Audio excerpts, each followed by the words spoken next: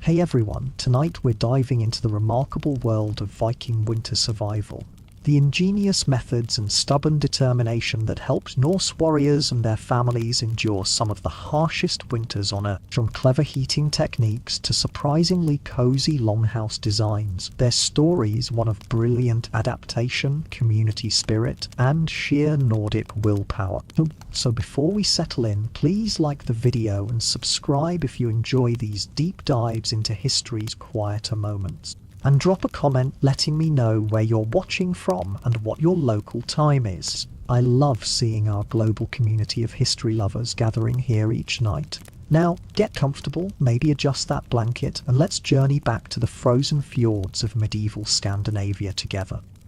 When most people think of Vikings, they picture long ships cutting through icy waters or warriors charging into battle with axes raised high. But the truth is, Vikings spent far more time figuring out how to not freeze to death in their own homes than they did raiding monasteries. It was apocalyptically, bone-crushingly. Why did humans ever think living here was a good idea? Cold. We're talking about places where winter nights lasted 18 hours, where your breath froze mid-exhale, and where stepping outside without proper preparation was basically volunteering to become a very stylish icicle. Picture this. You're living in 9th century Norway. The sun disappeared weeks ago like it's personally offended by your entire existence. Outside, and your job is to keep yourself, your family, and probably a few dozen neighbors alive until spring decides to show up again. No pressure. The cold wasn't just uncomfortable, it was a relentless enemy that never took a break. It crept under doors, through walls, and into your very bones. Frostbite was as common as stubbing your toe. Hypothermia lurked around every corner like the world's least welcome house guests, and every morning you managed to wake up with all your fingers and toes still attached was genuinely cause for celebration. They built communities, raised families, told epic stories, and somehow managed to stay warm enough to eventually conquer half of Europe. So how exactly did they pull off this frozen miracle? Well, grab your imaginary fur cloak and let's find out. If you think your house gets a little drafty in winter, Viking longhouses would like to introduce themselves. These weren't just homes, they were fortress bunkers designed by people who took winter personally and decided to fight back with architecture. A typical longhouse stretched anywhere from 60 to 200 feet long. That's roughly the length of half a football field, all under one massive roof. But this wasn't about showing off, it was about survival mathematics. The bigger the enclosed space, the more people you could pack inside, and the more shared body heat you could generate. The walls weren't the flimsy wattle and daub that other medieval folks made do with. Some Vikings built thick, sturdy walls using whatever worked best in their region. In Iceland, they stacked turf and stone into walls that could be 3 feet thick. In Norway, they used massive logs chinked with moss and clay.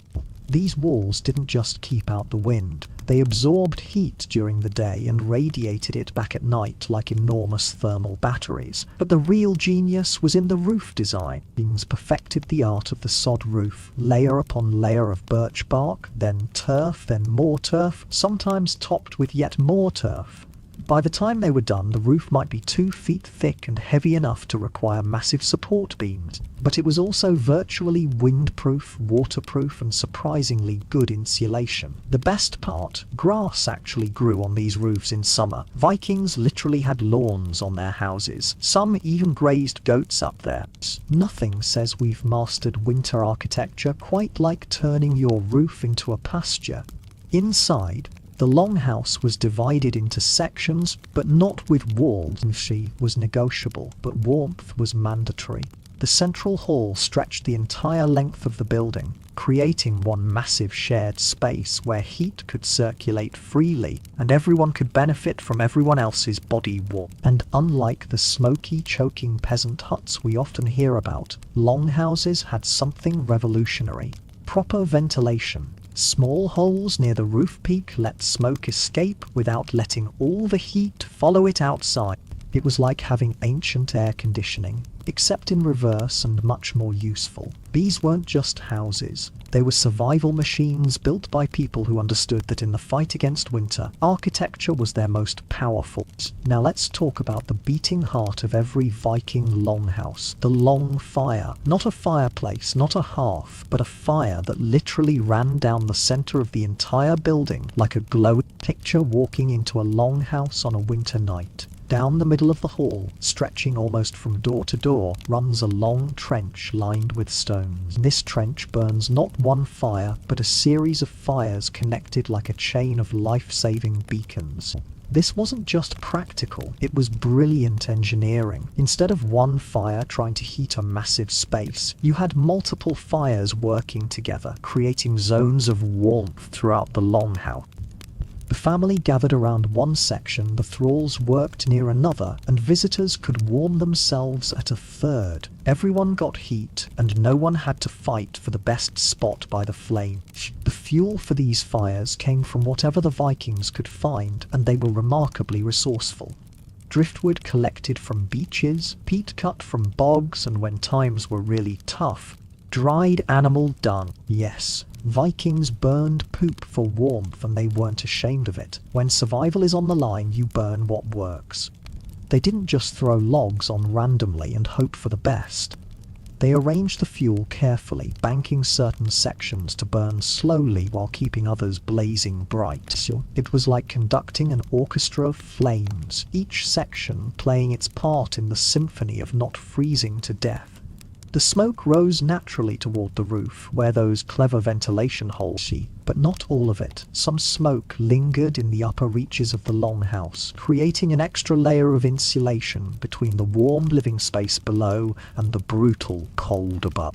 And because Vikings were nothing if not efficient, the long fire served multiple purposes. It was heating, cooking, lighting, and entertainment all in one.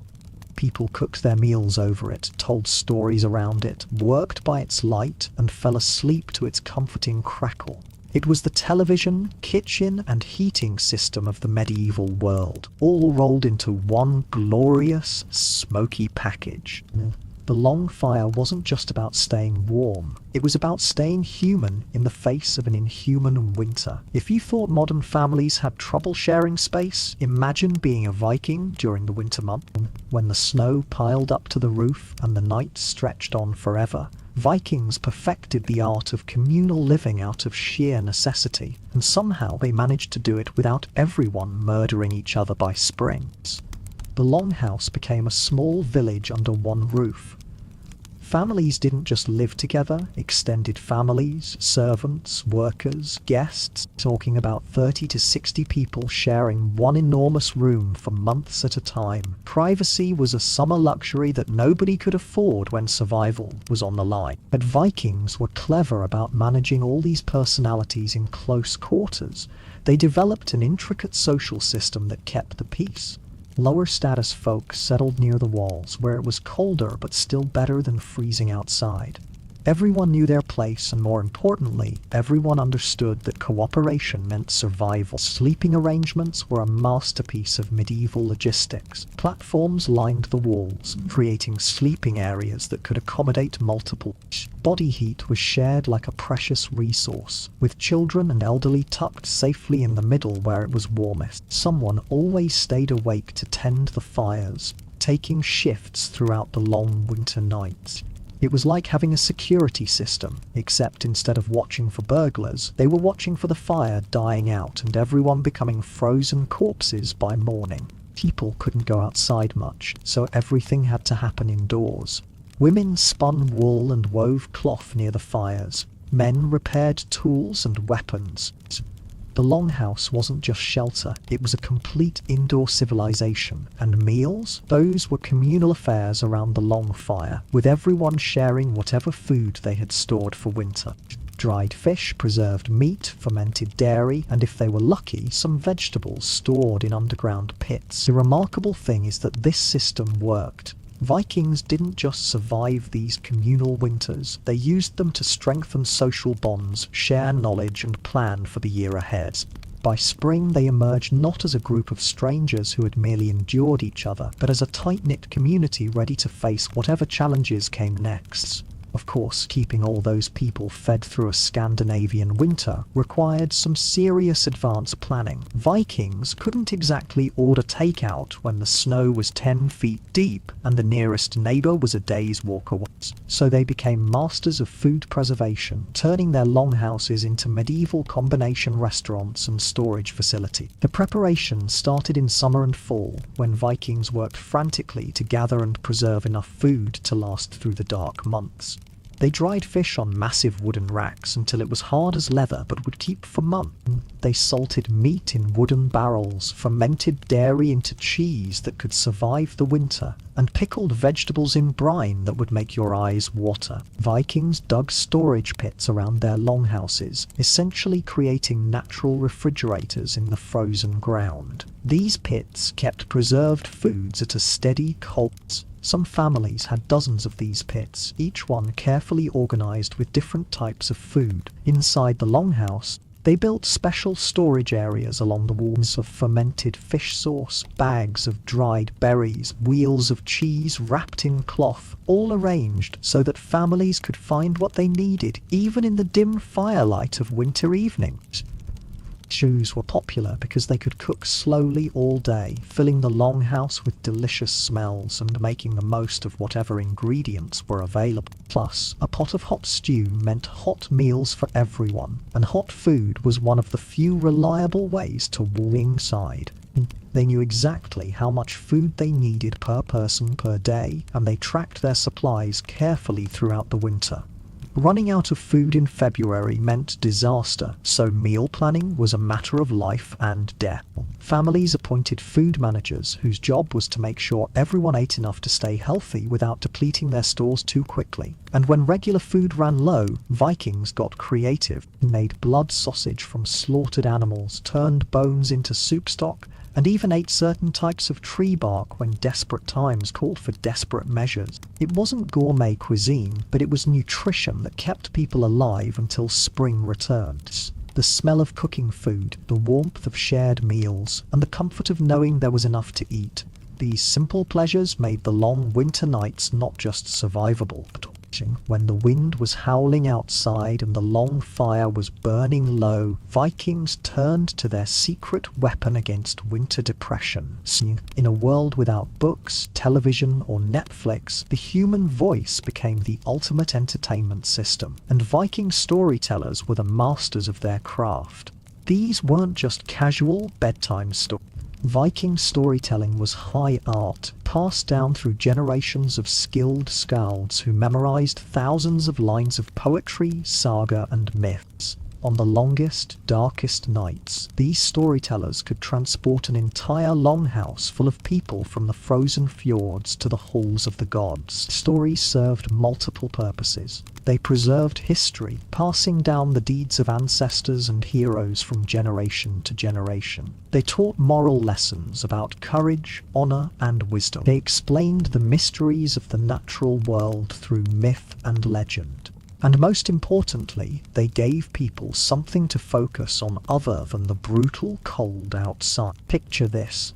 The long fire has burned down to glowing coals. Shadows dance on the walls, and the wind rattles the longhouse like an angry giant trying to get in. Then a voice rises from near the fire, beginning one of the great sagas. Suddenly, the cold seems less important. Children learned these stories by heart, training their memories to carry forward the cultural knowledge of their people. Adults found comfort in familiar tales of heroes who faced impossible odds and somehow triumphed. Elderly people shared their own stories, adding new chapters to the ongoing saga of their families and communities. The rhythm and repetition of the stories had an almost hypnotic effect, helping people relax and drift towards sleep despite the harsh conditions around them. Many Vikings probably fell asleep to the sound of epic poetry, lulled by tales of Odin's adventures or Thor's battles with giants. Hunting stories, ghost stories, memories of past winters, plans for the spring. The Longhouse became a living library where every person was both audience and performer. These story-filled nights created bonds that lasted far beyond winter. Shared tales became shared memories, connecting everyone in the Longhouse through common experiences and cultural knowledge. By spring, they weren't just neighbors who had survived together. They were a community united by stories, strengthened by the power of the human voice to transform even the darkest nights into something memorable and meaningful. As winter gradually released its grip and the first hints of spring appeared, Vikings didn't just emerge from their longhouses, they exploded back into the world with the pent-up energy of people who had been cooped up for months. The survival techniques that got them through the dark season became the foundation for another year of exploration, trade, and conquest.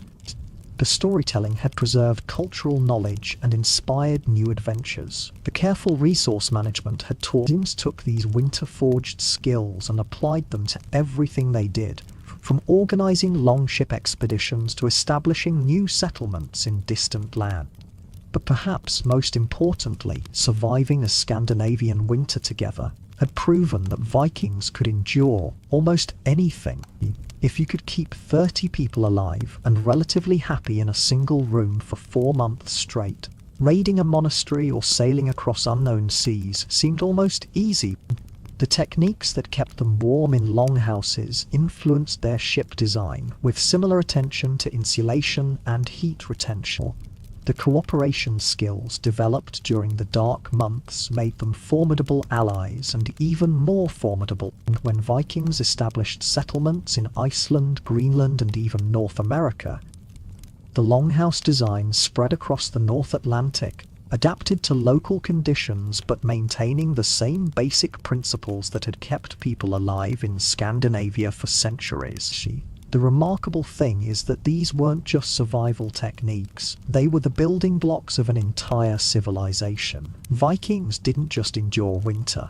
The patience, cooperation, planning, and sheer stubborn determination. So the next time you're complaining about a chilly evening, remember the Vikings in their smoky longhouses, sharing stories around the long fire, turning the harshest season into an opportunity for community, culture, and character building.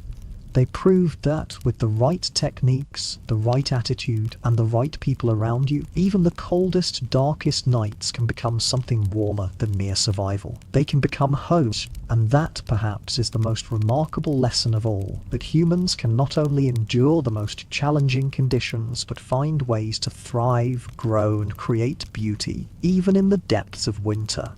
The Vikings didn't just survive the cold. They made it into something that strengthened them, connected them, and prepared them for whatever adventures awaited when the ice finally melted and the world opened up once again. As we close tonight's journey into the frozen past, take a moment to appreciate the warmth around you, the roof over your head, and the simple miracle of making it through another day. Rest well and dream of long fires burning bright against the endless winter night.